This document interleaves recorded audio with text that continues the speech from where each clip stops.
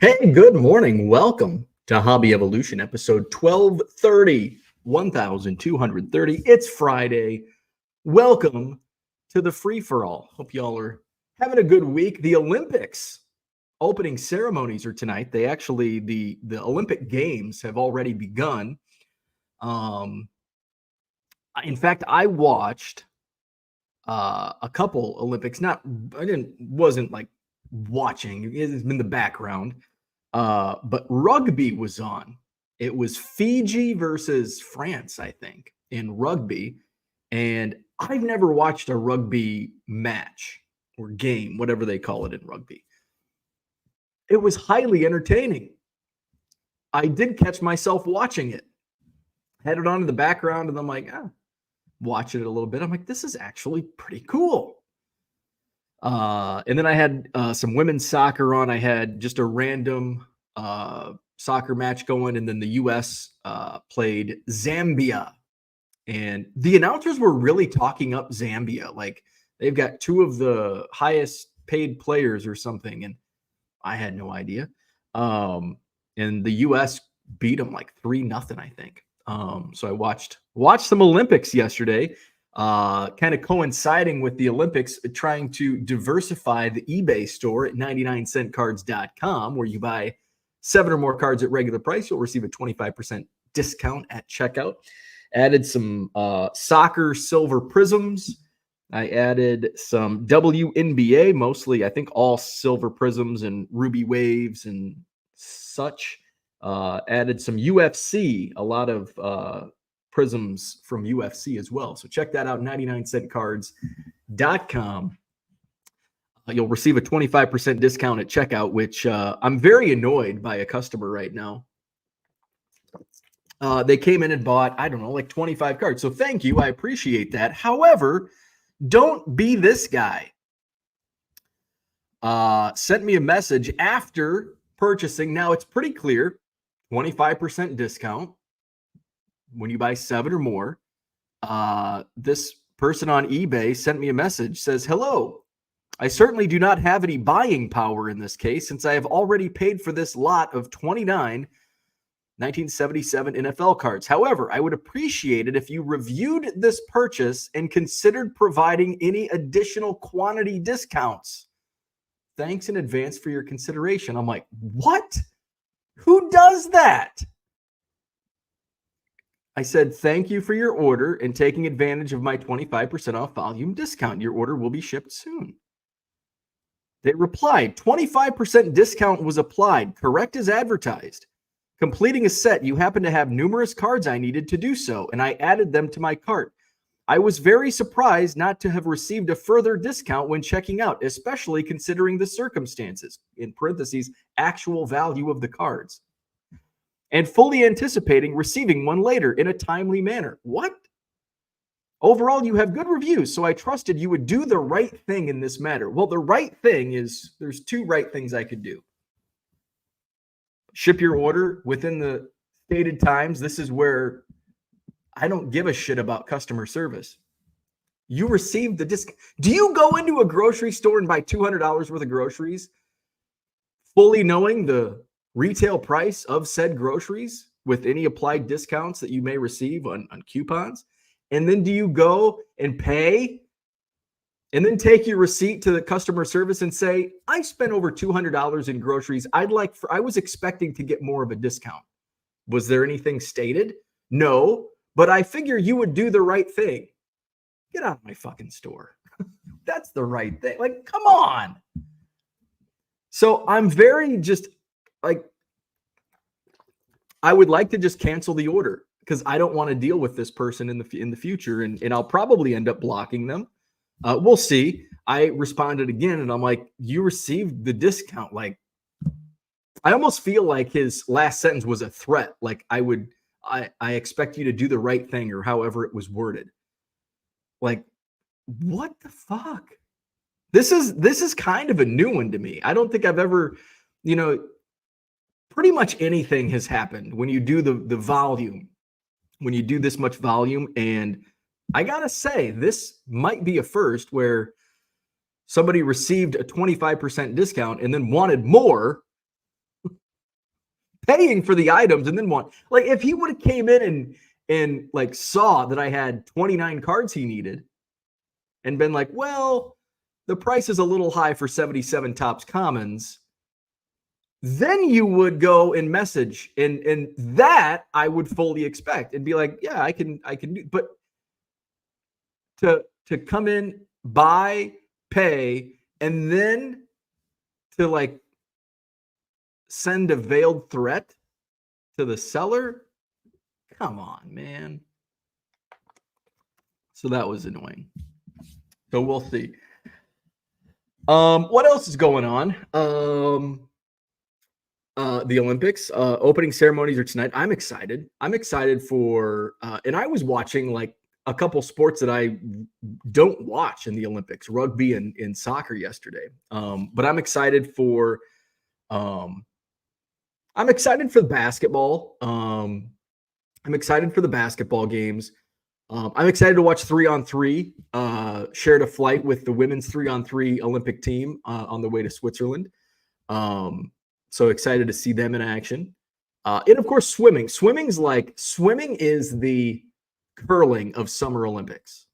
Although, like with curling, I've got some friends that like got into curling. Like they drive like 2 hours up here to Wisconsin to go curling, and it's like you can't do that with swim. It's like you don't get into swimming and be like, I'm going to go to the pool and be Michael Phelps. But you can, any Joe off the street can go learn curling and be good at it. So I'm excited for swimming. Those are always fun. The short distance track and field, like the 100, the 200, those are fun to watch. So I'm excited. I'm excited for the Olympics. Oh, I see Zach and Porter popped into the chat. This, Dylan Cease yesterday. Now I have a love for Dylan Cease dating back to 2014. Dylan Cease was a Cubs, I believe, 6th round draft pick out of high school. And he fell to the 6th round because of signability. Like I think he got like over $1 million slot around that. I don't know what 6th round was back in 10 years ago, but he got significantly more money because he was, to sign him away from college. So he signed with the Cubs, but he had a lot of injuries, arm issues. In fact, I think when he was drafted, he might have been coming off Tommy John surgery. And I think he had a second Tommy John. Zach can probably correct me. So Dylan Cease, he had some arm issues. And by like 2015, I started buying some of his first Bowman Chrome. He was in 2014 Bowman draft. And I started buying some of his Chrome autos. And then I bought like 600 of his first Bowman papers, which I still have like all of them. I have over the last 8 years, I have sold many of the Chrome autos because at one time I had like 20 or 25. I'm down to just a few now. And I was buying them for like $5. I was even getting refractor autos for like $5, $6, $7, $8. And then over the course of time, and then all of a sudden he starts coming back from his injuries. And then by 17, I think he was in AA. He was back starting in 2017. And then he gets traded. And he was packaged up with Eloy Jimenez to the Chicago White Sox for Jose Quintana. That trade didn't work out well. Now, Eloy hasn't played particularly well. Dylan Cease has. Almost threw a no-hitter a couple of years ago. He did so yesterday. 9-inning no-hitter Dylan Cease, now with the San Diego Padres. Always happy to see. In fact, I tweeted this. I still have a bunch of Dylan Cease cards. This might be my favorite because it's a 1-of-1.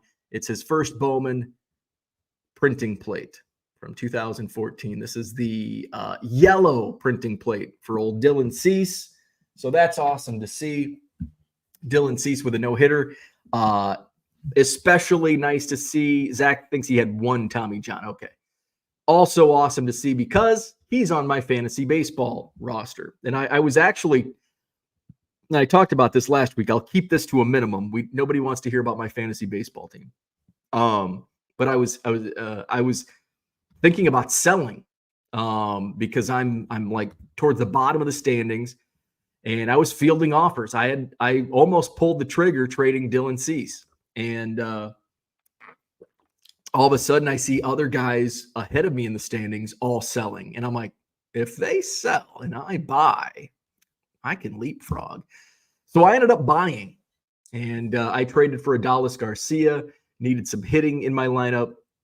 I traded for a couple starting pitchers because that was a weakness on my roster. Traded for Nathan Eovaldi and Seth Lugo, and and a reliever, Kyle Finnegan from the Nationals. So short up my fantasy baseball, and I'm off to a really good start. I almost made a comeback because most of these trades went down late last week. I was down pretty bad in my matchup last week, stormed back and nearly came back to tie it, but fell short. And then this week I'm on a roll. So there you go. It is Friday. It's the free for all. We're going to get to the chat. We're going to play Name That Player. I think today's going to be a fun Name That Player because I mixed it up today. We've got some modern baseball, football, basketball, and we've got vintage baseball, football, basketball, and I even threw in a couple junk wax into Name That Player today. So we will play Name That Player. Where are we at? George is in the house. What's going on? Good evening to you. Kyle, what's happening? Good morning. Michael, good morning. Harlan's in the house. Good morning. Happy Friday, Peter. Card Hobbyist is here. Good morning. Philly Joe's in the house. Happy Free for All Friday, not to be confused with FFAF. Ooh, I don't know what that is. Should I Google that? I don't know if I should Google that. Brian, good morning. Herman's in the house. What's happening? Todd is here. Good morning. Todd says, I'm seeing a lot of complaints about the National. Do you think it's any worse than other years and venues? Probably not. And I have also, it seems like, from my viewpoint, it does seem like there's more complaints about the National this year. Now, I've seen a couple different types of complaints. Now, there's going to be complaints every year. Last year, there was air conditioning, which valid. It was hot. Valid complaint, but what can you do?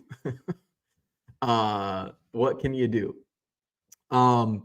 It seems as though, and actually, I went to the bar last night with my buddy Mark, who kind of like me, like if the Nationals in Chicago were going to go, and that's what I've decided. The next 3 years, it's going to be in Chicago. Actually, my wife and I were sitting on the deck yesterday afternoon, and she's like, "Do you regret not going?" And I'm like, "No. Like I'm happy with the decision of not going because it would have been the turnaround to get to Cleveland, and then I'm like, to fly. Like I would either fly out of Madison to Chicago to Cleveland or drive." And she's like, "Oh yeah, I would totally drive." And I'm like, "Yeah." And I'm not a big fan of driving, but I would have. Like that was the plan. I was going to drive.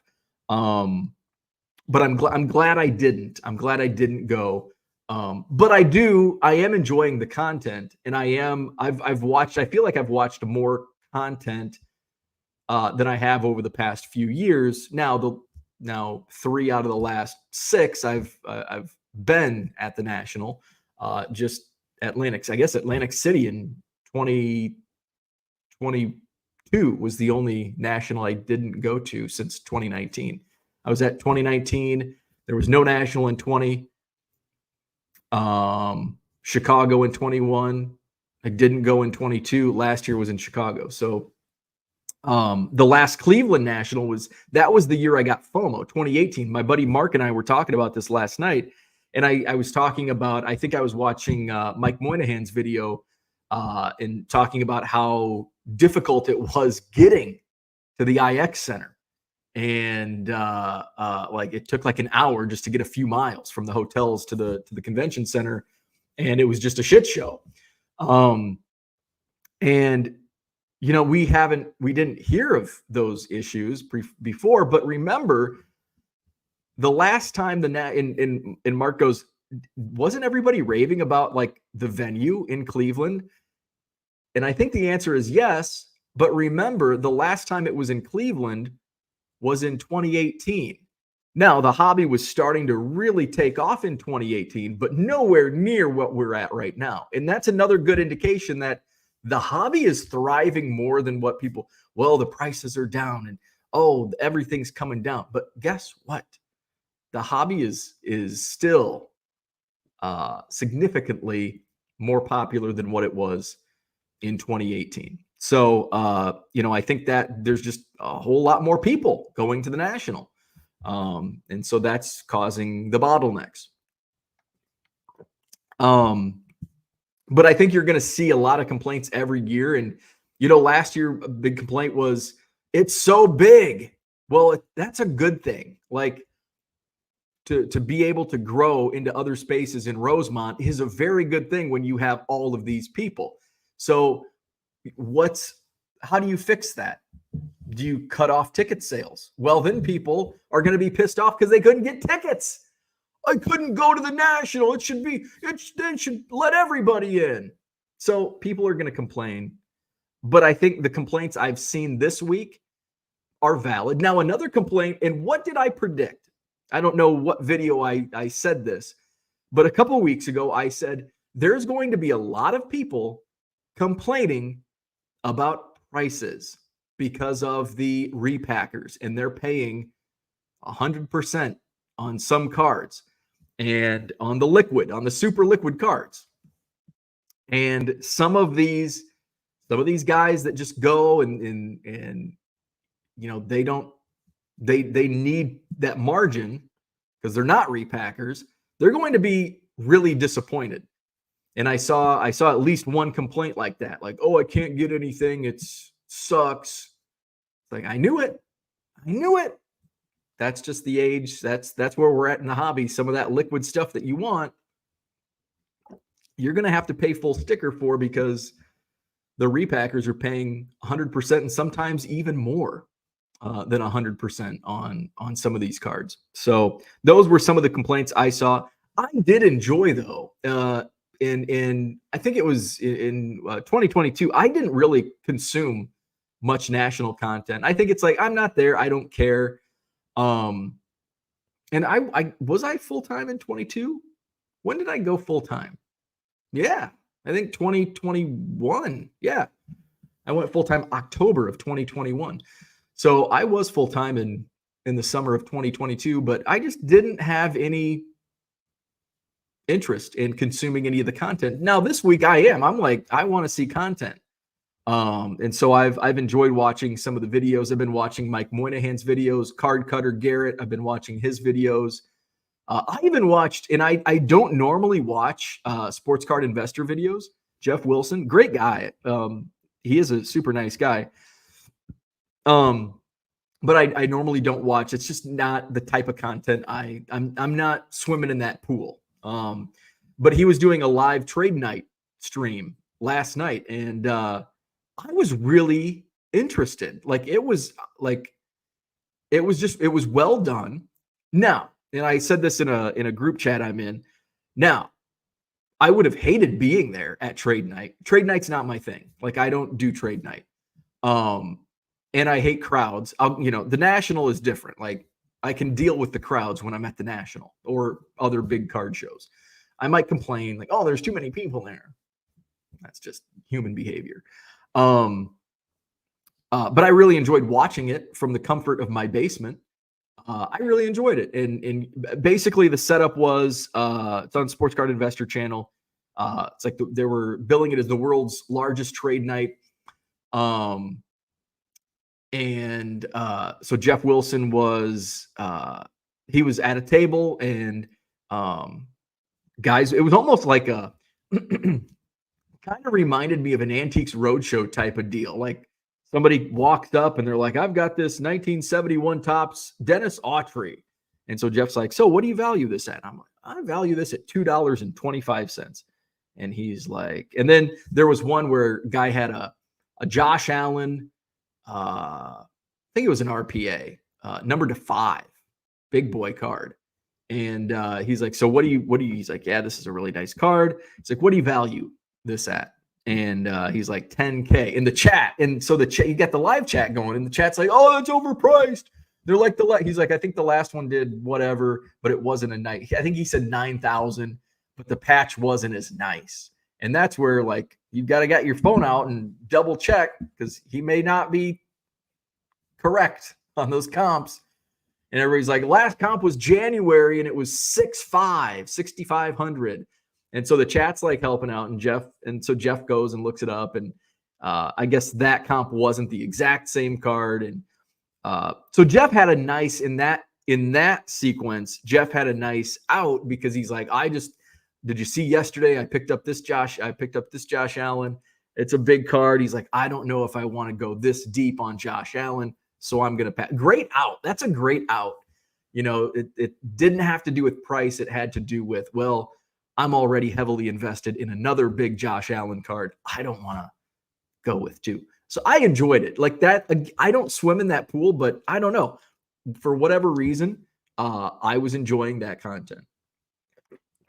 So I'm looking forward to watching other videos. I think somebody had mentioned there was some video from the YouTuber night. So I'll probably try to look for some of those videos today and have those in the background. So I am enjoying the content, but no, I'm not missing being there. Like sometimes I'll see some tweets and it's like, oh, yeah, that would have been fun. But then I think of the reality of the turnaround of coming back from Europe and then getting ready for the Madison Card Show, and then boom, having to turn around like 2 days later and go to Cleveland. The reality is I'm glad that I didn't go. Where are we at? Carrie, what's going on? Mallory Swanson is a star. Yes. I think she scored a goal yesterday. Or maybe even 2 goals. Steve's in the house. Good morning. Happy Friday. I was talking about spring training, and I mentioned in one of my in my Club 400 chat, was talking about like I'm getting ready for spring training. I'm looking at dates, and yesterday I had said I was penciling in March 11th through the 19th to go out to Arizona. And so somebody goes, just remember the Cubs are in Japan like March 18th and 19th or something. And I'm like, oh shit, I forgot it started that early. So the baseball season starts in mid-March. Well, just the 2 games in Japan, and then it's the regular schedule. So that throws spring training all out of whack. So I like going towards the middle to the end of spring training, because I like watching, if the Cubs are away, I like watching the minor league teams will be at the minor league complex. So I can just stay at Sloan Park the entire time, watch Cubs major and minor leagues. But they start those toward the middle and the end of spring training. So if I go early, I miss out on that, but I don't want to go out there and the Cubs are in Japan. So I think now I'm looking at, I like flying out on Tuesday and coming back on the following Wednesday. That's the cheapest flight days, Tuesdays and Wednesdays. So I think that's kind of what my plan is going to be. March 4th through the 12th, I think is now the new tentative. I was looking up, and I actually could use my points, my Marriott points in my entire stay will be paid for through points, which is like a $2,500 savings. So that'll be nice. George is here. What's going on? He says that guy never pays sticker. Yeah, my eBay guy never pays sticker, and then complains about it after he's already paid. Ship and ignore. I think that's probably the best route to go. I said my piece. He said his piece. My concern is he's going to hold it against me with feedback. So we'll see how eBay removes. I had a really easy feedback removal the other day. Somebody left me a neutral because of slow shipping time. It says I bought this on July 3rd and it wasn't shipped until July 14th. No shit. No shit. I was not. You received a message. This item won't be shipped until July 14th through the 17th. And it was actually shipped ahead of time. So I just went into eBay feedback removal, and it was taken down in less than 5 minutes. So that's always my fear, especially on a volume, because I had a nightmare scenario on a previous, and that's why I had to create a new eBay in 2015. Was I had a nightmare CD selling scenario where some of the jewel cases. Now it was my fault that the case now, and they were shitty cases also. They were like the original cases shit. But some of them were damaged, and the guy wanted a refund. He wanted a partial refund. And I said, to get a full refund, you got to send everything back. Well, he only sent, it was a lot of CDs, and he sent the shitty ones. He kept the good ones. And these were all promo CDs. So some of them were more valuable than others. So he kept the valuable ones and sent back. He's like, well, and then blamed the cases were damaged. So he did a little switcheroo, and then he left me negative feedback on every single purchase. And at that point in time, I think negatives, like now it's just, it looks bad, but it doesn't do anything to your rating. Like eBay doesn't grade negative feedbacks. It's not part of your your selling metrics. But it was 12 years ago. I think that was back in 2012 or 2013, somewhere back there. And it was just a nightmare scenario. So that's my fear. But I guess since it doesn't affect the metrics, but I still, you don't want, in this case, 29 negative feedbacks. Look shitty.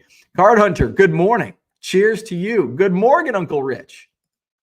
Kyle says, fill the order and move along. Bo's time is too valuable to deal with that douchebaggery after the transaction. I know, after the transaction. Ignore and move on. George says he's building the set. You have to do the right thing, a.k.a. take his money and send the cards. That's the right thing, yes. Card Hobbyist bought 3 dozen eggs. I think you should provide me some more eggs as a thank you. Yeah, I bought 3 dozen. Zach says, I can see blocking someone if they scam or don't pay, but I'm always surprised to see how quickly card sellers block just because someone doesn't get it or is a hassle.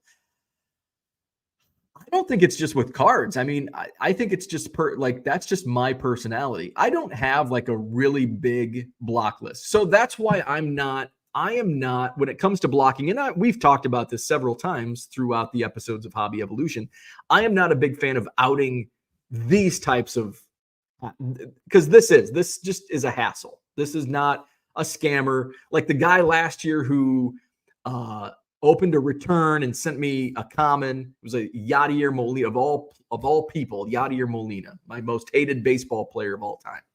Yadier Molina rookie card, and he sends back a 2021 base common. And then that guy, like that's a scammer. That's a scammer. That's you're gonna go on forums and you're going to tweet out, hey, this guy's a scammer. In this case, no. And that's why I don't like sharing. I will do it privately and say, this is annoying, because some people are quicker to block. And if they have, I won't block somebody. If this happened to somebody in the chat, I wouldn't go put this person on my block list.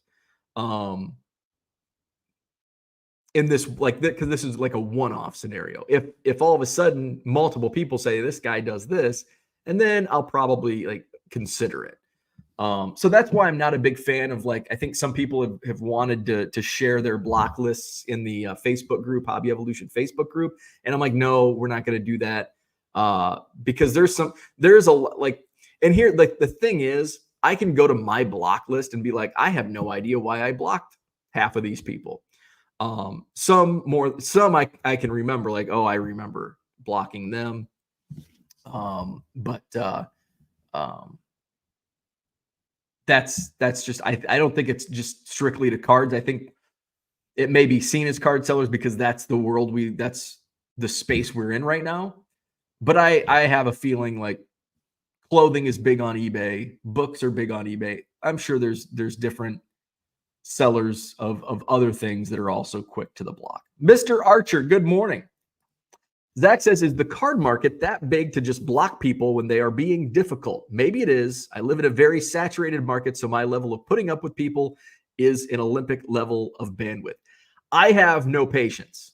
So that's probably why I am quick to block. I'm not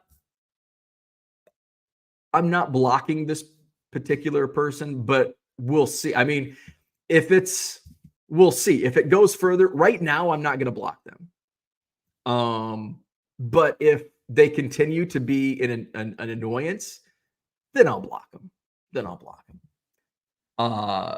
The thing is, like, they're obviously not satisfied with their order, despite knowing exactly what they were getting going into it. So is my block, if I block them, is that really going to prevent future sales? Probably not. If they're not satisfied with me as a seller, they're not going to come back and buy anymore. So, but I'm also not going to lay down and give him a further discount. Like, hey, this is, I'm running a business, like not a charity. So, I don't think in a scenario like this, if I did block them, is it going to prevent future sales? I don't think so. Because I don't think they would come back as a customer. If they're not happy, they won't come back. Dylan Cease is the man, and he pays sticker. One Tommy John. Big Harv's in the house. Good morning. Carrie says, on Wednesday, Junk Wax Hero was praising Cleveland and even crapping on Chicago. Really? Yesterday, the main word used by attendees was nightmare. Yes. I heard shit show and nightmare multiple times from multiple different people on both Twitter and YouTube. Brian says, any recommendations on national? So this is a good question because I think it's up to each person. Because I have channels that I consume that I enjoy the content.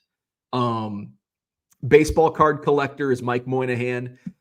He's been doing some videos. I like the way he does the videos. He does like a walking video, like he's walking the show floor. He'll run into people he knows, other YouTubers, and then he'll cut away and he'll be doing something else. And then at the end, he's back in the hotel recapping and showing off what he bought that day. So I like that type of content. It's not it's not long form. It's like 15-minute videos, but it cuts in and out of various things. Card Cutter on YouTube is Garrett. Very similar style of what Mike's doing. Who else? I haven't seen Carrie mention Junk Wax Hero. I'll have to go back. I'm interested to hear that. I don't know why you would crap on like Chicago's by far, and I shouldn't say this because I haven't been to any other national, but just from like the standpoint of everybody who's been to multiple places, like I am not going to say Chicago is the best because I haven't experienced the other places. But from the outside looking in, based on the feedback from Atlantic City and Cleveland here recently, comparing to the feedback from Chicago and actually being in Chicago, it seems like Chicago is pretty far ahead. And that's pretty obvious in the voting by the dealers who have now voted Chicago to be the host of the National for the next 3 years, 2025, 2026, and 2027. It'll be interesting. And I don't know if Uncle Rich is with us, but he would know. Is there a vote this year on whether it's just 2028 or multiple years and what those options would be? I'm curious on that. I think there was usually a meeting like the Tuesday night before the National, I thought, where they got together and did the vote, but maybe not. But this is also a new set of promoters, so maybe they're doing things differently. Brian says, good morning. Late because watching Pac-Man open stuff at the National. It's nice watching someone who doesn't act like every card is a massive hit. Hate influencers in general. Let's go. George says, I laughed pretty hard hearing the story of the guy dragging his wife out of their Uber to walk a mile to get to his signing. I did not hear about that. That's interesting. Zach says, Orlando Collector's Dream gives you what you need. I haven't seen any of Orlando's national videos yet. I'll have to go and check those out. Brian says he lost money on everything he opened. I'm living vicariously through him. Cooter is here. What's going on? The hobby is strong, but Orlando's video shows the sustainability issue the hobby faces, as there was mostly one middle-aged and older demographic in the room. So are you saying that in Orlando's video, it was mostly older people? Now, if you look at the trade night videos, so I think they're like two different, like the YouTuber. I feel like the YouTuber, if I feel like and I don't know, I guess I need more context on what was in the video. But I would assume the YouTuber get together is probably mostly dudes 40 and up. Whereas if you saw the trade night video, it's like kids. It's like teenagers and 20 somethings. And sure, there's going to be older people in there as well, but it definitely skews younger. And I think that's the interest. Big Harv says, I've been pleased with the venue and it's not been much of an issue except the lack of bathrooms. Ooh, that could be a big issue. Zach says, Cooter, even worse, the folks in that room tell everyone what the rules are. It will chaos when they are gone. There are plenty of young collectors out there. Florida baseball card dude says, good morning. I must admit Jeff's live trade streams are a guilty pleasure of mine. He does them from Cards HQ once a month as well. Very cool. I might have to check out some more of those. Big Harv says, some of the vendors with prime spots are still trying to sell the same things. Yes, they were selling in 1990. The seniority vendor thing is a little ridiculous. I agree, but it's like, I get it. And I get both sides. Like, I understand from this side, and I understand it from that side. I think it's Ryan's Cards on Twitter, like just bitches, takes photos of like all of these dealer tables and bitches because he can't get a table. Like, I get it. Like, I get the seniority part. For some of these older guys, they don't care if they sell anything. They just want to go hang out at the National. Hey, I've got my table at the National. Doesn't matter if I sell anything or not.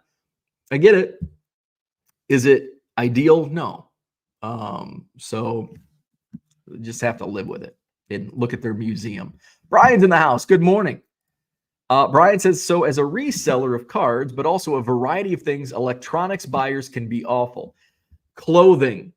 When I've dabbled in selling clothes, in fact, I think James, who comes to my show and pops in the chat every once in a while, James has done some sales and always complains about clothing buyers. Oh, it's what's the measurements from shoulder to shoulder and da-da-da-da-da. And it's like, oh my God. Brian says, and I blocked a few. In short, people are people. Agree. T206 kid, what's going on? Glad I didn't go to Cleveland. I'll stick to the 75 table show in Lexington tomorrow. More my speed. There's quite a few. I've noticed more shows popping up this year during the national weekend than I have in previous years. Maybe I'm just more in tuned and just kind of paying more attention. But it seems like there's a lot more shows taking place on national weekend. When I first started the Madison show, like that was me and the promoters that do the Rockford shows were talking like, we could probably do a bigger regional show like during the national, because a very small percentage of people go to the national in collecting. Look at many of us in the chat. We're very into cards, but we're not there. There you go. Rich has spoken. Chicago is the best place for the national, period. End of sentence. Okay. And Uncle Rich will know. And he's been to enough places to say that. Herman says, wait, was the national this week? It was. You can still make it. Brian says, my friend works in IT. He has a lot of outdated equipment, new in box. He has to use my eBay store to sell his overstock, and I get a 10% cut on everything sold. There you go.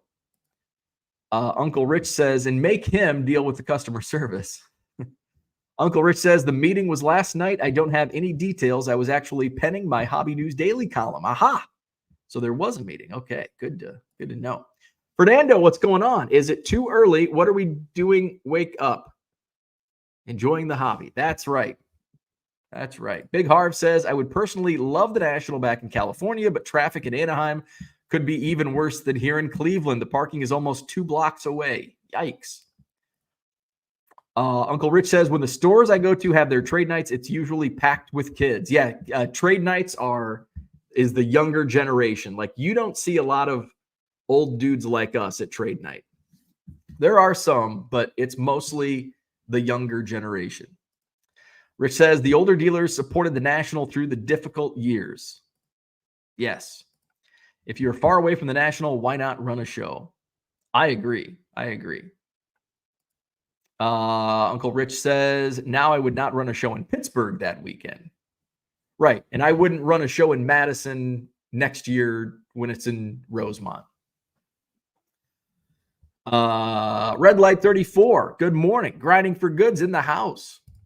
What say you? Should we play Name That Player? Let's do it. Let's get the leaderboard up. We've got Max with 4 points, and I don't think Max is with us. Merle's in the house. Happy Friday. Uncle Rich and the Minneapolis Kid, Nick, all have 2. Scott and John have 1 point each. We've got a nice mix of cards today. We're doing football, baseball, basketball. We've got a couple junk wax. We've got some modern baseball. We've got vintage. So let's start it. We're going to start with a set that I actually really like the design. Now, the contents of this set. Thank you, Uncle Rich. He says, turn on my YouTube. Thank you, Uncle Rich. All right, so let's turn on my YouTube. Who's this guy? We've got some guesses rolling in. I see a correct one. And view channel.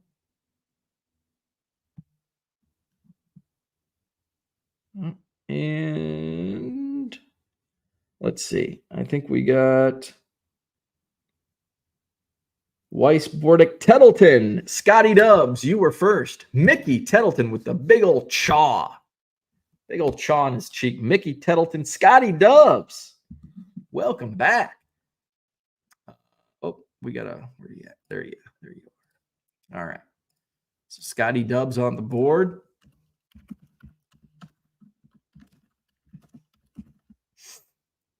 Next, we're going vintage basketball. Vintage basketball.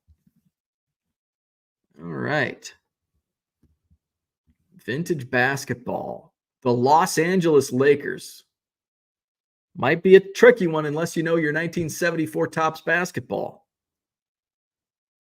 Los Angeles Lakers. He's got a fun name, this guy.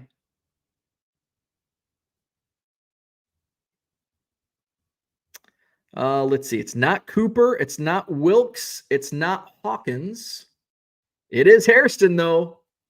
He's not mad. He's happy. Uncle Rich with the point on Happy Hairston. Happy Hairston. Any relation, is Happy Hairston any relation to Jerry Hairston? Let's see. Uncle Rich with 3 points. All right, next up, modern football. Modern football. Cincinnati Bengals. Merle says, any relation, is Happy Hairston any relation to Happy Gilmore? Cincinnati Bengals. T. Higgins is correct. Nick, I believe Nick was first. Let me double check. Yes, Dak T-Mac fan was in on it quickly as well. Nick with another point. T. Higgins. And Nick is now tied with Uncle Rich, 3 points.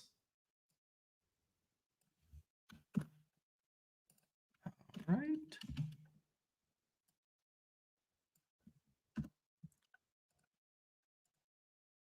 All right, next up. Ooh, we're going way back. This is Uncle Rich territory right here. We're going back to the 1950s. Another interesting name, this guy. Now, the name on his card is not his given name, it's his nickname. His real name is Elwin Charles. That's his first and middle name. Preacher Rowe, Uncle Rich. I had a feeling. Uncle Rich with Preacher Rowe. Preacher Rowe. Brooklyn Dodgers. All right, Uncle Rich goes into a tie for the lead at 4 points. Next, we're doing modern basketball. We're all over the board today. Modern basketball. This guy was fun to watch.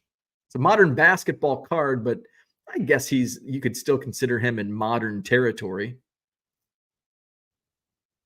This guy was fun to watch. And his basketball cards, man, because he was a slam dunking machine. He's got some fun basketball cards. Vince Carter is correct. I think Brian was first. Offbeat All-Stars. Got the Vince Carter. Vince Carter, yes.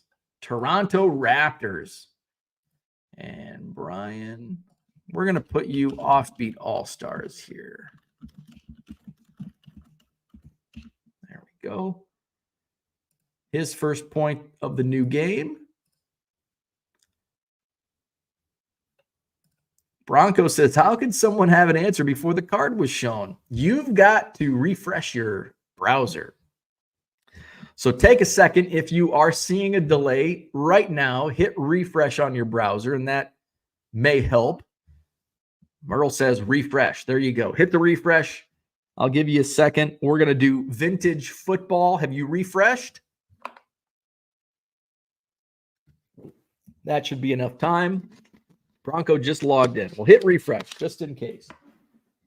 All right. We're doing vintage football. Vintage football.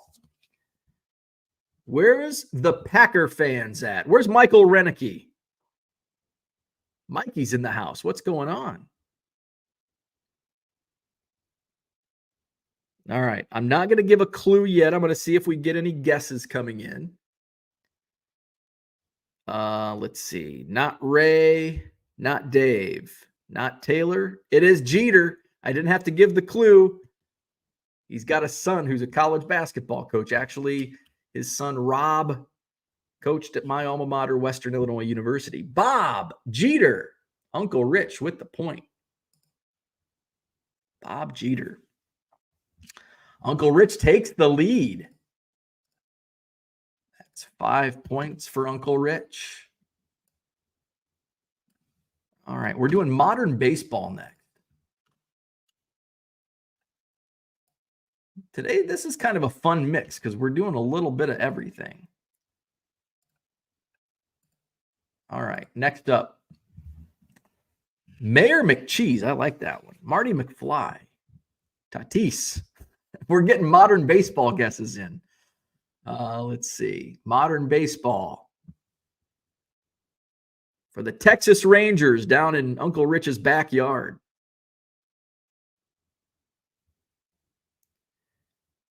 Not Trout. It is Jacob deGrom, AA cards with the point. Jacob deGrom, Texas Rangers, AA. That's your first point.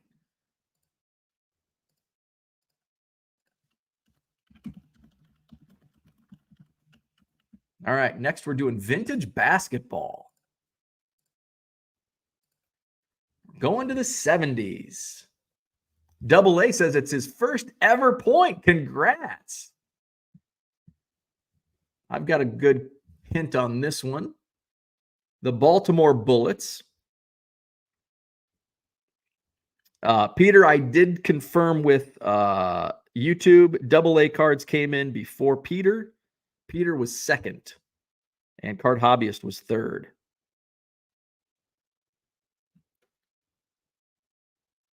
Gus Johnson, Michael Renicky. I was going to say he shares the name with a basketball broadcaster who I miss on NCAA tournament coverage. Gus Johnson, Michael Renicky. Michael Renicky's first point of the new game.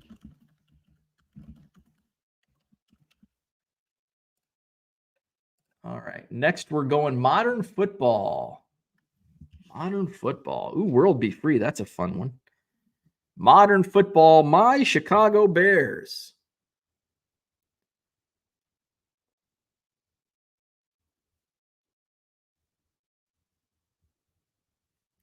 Shane says he sucks today. Khalil Mack is correct. Card Hobbyist. Card Hobbyist. Khalil Mack was the first. And I have confirmed that with YouTube. YouTube, here in the order of Khalil Mack. Card Hobbyist was first. AA Cards was second. Nick Budden was third. Scotty Dubs was fourth. Mikey was fifth. Merle was sixth. So that was in the order on the YouTube. And I think that was the same order here. Yes, Card Hobbyist. Card Hobbyist, first point of the new game, who narrowly was defeated after a huge comeback last round. All right, we're going back to the 50s again. How many left? We have 1, 2, 3, 4, 5, 6 cards left. 6 points remain today. Here's a fun one from the 1950s. I'll let some guesses come in before I give any clues.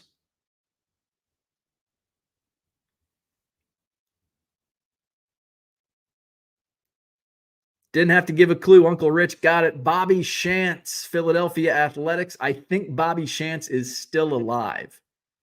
I think I saw a video. I think he was actually doing an autograph signing recently. He is 99 years old. Actually, he's 98. He'll be 99 on September 26th. Bobby Shantz. Still kicking. He might be, and yeah, he's still signing at shows. I saw a video recently. I think just this past weekend, he was signing at a show.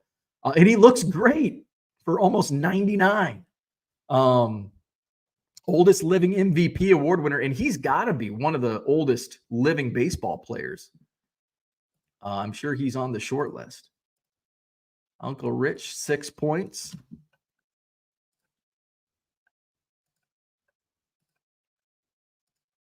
All right, next, modern basketball in a college uni.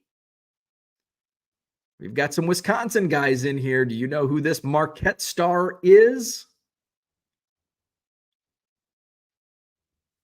It is D. Wade, Card Hobbyist with the fastest fingers. Card Hobbyist was fastest. AA Cards came in second again. Offbeat All-Stars third. Nick was fourth. Bronco was fifth. Michael sixth. Dwayne Wade. Old D. Wade. Card Hobbyist with the point. That's number 2. And that moves him ahead into a tie with Minneapolis Kid.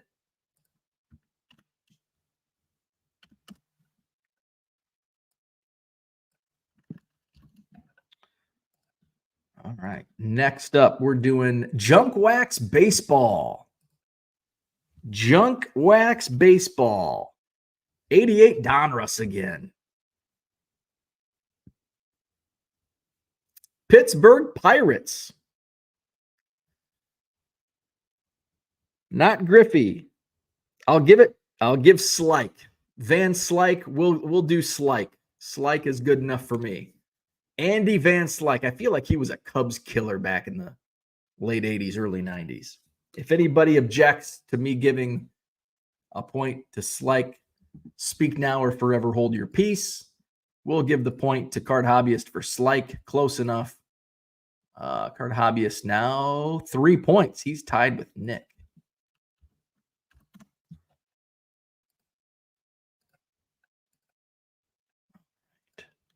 Next up, okay, we've got 4 cards remaining. Modern football. Modern football. Minnesota Vikings.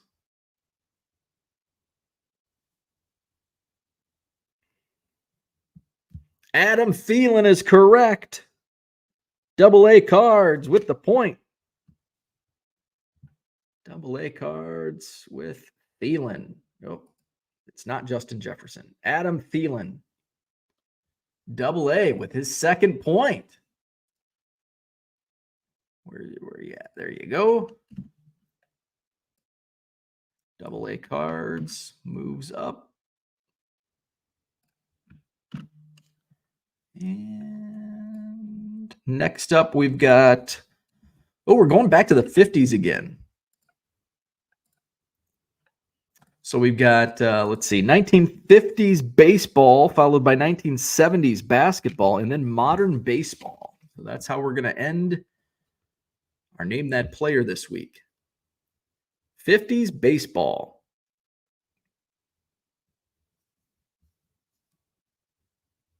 And I think he's a Hall of Famer. I think this guy's in the Hall of Fame. Hoyt Wilhelm is correct. Is Hoyt Wilhelm a Hall of Famer? Card hobbyist. Shane, you were not fast enough. You were in second. Let's see. Card hobbyist was first. Shane second. Uncle Rich third. Hoyt Wilhelm. Card hobbyist. And you now have 4 points and a tie with Max for second.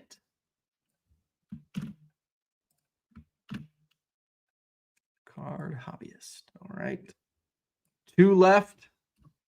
Vintage basketball. He is a Hall of Famer, Hoyt Wilhelm. Mikey says he sucks at this. Vintage basketball. This guy's also got a great name.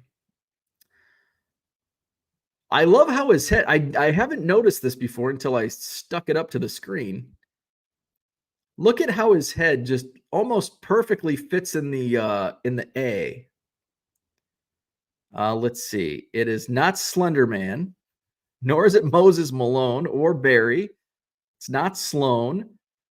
There's a correct answer. Michael Renicky got it. He shares a name with a fast food joint. Red Robin.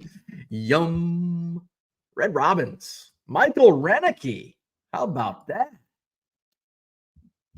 Michael Renicky knows his head fits in the A, right?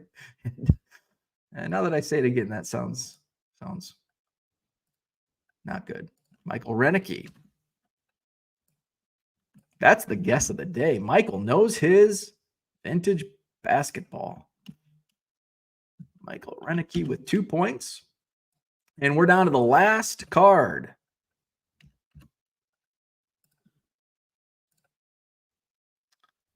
And it is modern baseball. Modern baseball. Harlan says I might cue the sex bots. Let's see. Mikey says I was searching your store for it. Mike, that card might be in my eBay store. All right, modern baseball. LA Dodgers.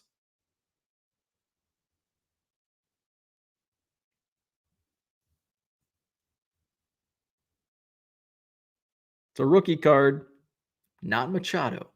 It is Vargas. AA cards. AA cards will give even the misspelling.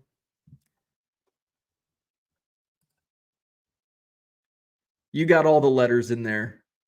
Just added a T. It is Vargas. AA cards with the point. How about that? First ever point, and he followed it up with a couple more. AA cards with 3.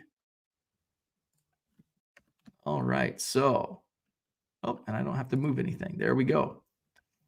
So that does it for today. We've got Uncle Rich, the new man, in front with 6 points. Max and the card hobbyist have 4 each. Nick and AA cards have 3 points. Michael Renicky and the Minneapolis Kid with 2 points apiece. And with 1 point, Scott Hermanson, John Maybe, And first points today from Scotty Dubs and Offbeat All-Stars in our latest round. Scotty Dubs, a former winner. Who have our winners been? I think Uncle Rich was our very first winner. Our second round winner was Scotty Dubs. And then Max, I think, has won rounds 3 and 4. All right, so name that player. Flash the 99centcards.com. Card Hobby says, I got more right today than my Braves have won games since the All-Star break. Uh-oh. All righty. Hit the like button if you haven't already. Subscribe to the channel if you're not. Visit my eBay store, 99centcards.com. Buy 7 or more at regular price. You'll save 25% off at checkout. Hit up Mikey's card show tomorrow in Kokomo, Indiana. 10 to 4 at the Memorial Gym. See Mikey. So if you're in near Kokomo, check out that card show. Let's see. Michael says, my hope the Braves keep losing next week, going to the game Wednesday. I assume they're playing in Milwaukee. AA Card says, how many cards are you listing today? Not many. Not going to list too many cards today. I'm actually doing I had a local buyer buy my latest refractor lot off eBay. So I'm actually gonna meet him up in Monona later this morning. And what else? I've got to get an oil change. I am 0 for 3 trying to get an oil change down the street at the local Jiffy Lube. Last week I went in at like 3:00 and they said, I'm sorry, but we're going to lunch. We'll be back in an hour and a half. Like, Jesus, they give you an hour and a half lunches here? So I went off, did the post office, did some other things, went back like 2 hours later, like 5:00. They're open till 6. I get there at 5. Same guy comes back. I'm sorry, but we're having an issue with something inside. We're not going to be able to do it today. I'm like, are you fucking kidding me? So this was, I think, Thursday or Friday last week. So yesterday, Thursday, I'm like, it's Thursday. I'm getting enough time. So I go in. Hey, I'm getting my oil changed. I fill out all the stuff. All of a sudden, same fucking kid. I'm really sorry, but we don't have your filter in stock. I'm like, so you can't change my oil? No, they'll be in Tuesday. I'm like, I'm not coming back here again. So I'm going to go get my oil changed somewhere else. So I've got to do that. I should get a haircut, but I'll probably just wait. I'll just keep wearing hats. So I probably won't list too many cards. Where we at? Offbeat All-Star says Kokomo, the place the Beach Boys made up. Yeah. Aruba, Jamaica. Ooh, I want to take you. The Beach Boys playing the main stage. Is Kokomo where you want to go? I'll post the flyer on the Facebook page. Absolutely. Do it up. Go to Woodman's, cheaper than Jiffy. Woodman's has an oil change place? I didn't know that. Merle says, I would, but I hear it's way down there. Let's see. Card Hobbyist says, Atlanta, half the team is AAA players, so I think that is a possibility. Kokomo, actually a good town. It's a great song, too. Big Boy 6, what's up? Is that the Mississippi River in the back? Is that the Centennial Bridge? Just reached 1.5K cards listed. Let's go. Nice. Big Boy says, leave Jiffy Lube alone. I just want them to change my fucking oil. Lewis says, I'd be asking for a discount or turn them into corporate for the inconvenience. Stop saying lube. The sex spots are circling. Yes. There should be a place where you can get an oil change and a haircut and a beer. Wouldn't that be great? Card show in your driveway. All right. Hit up my eBay store, 99centcards.com.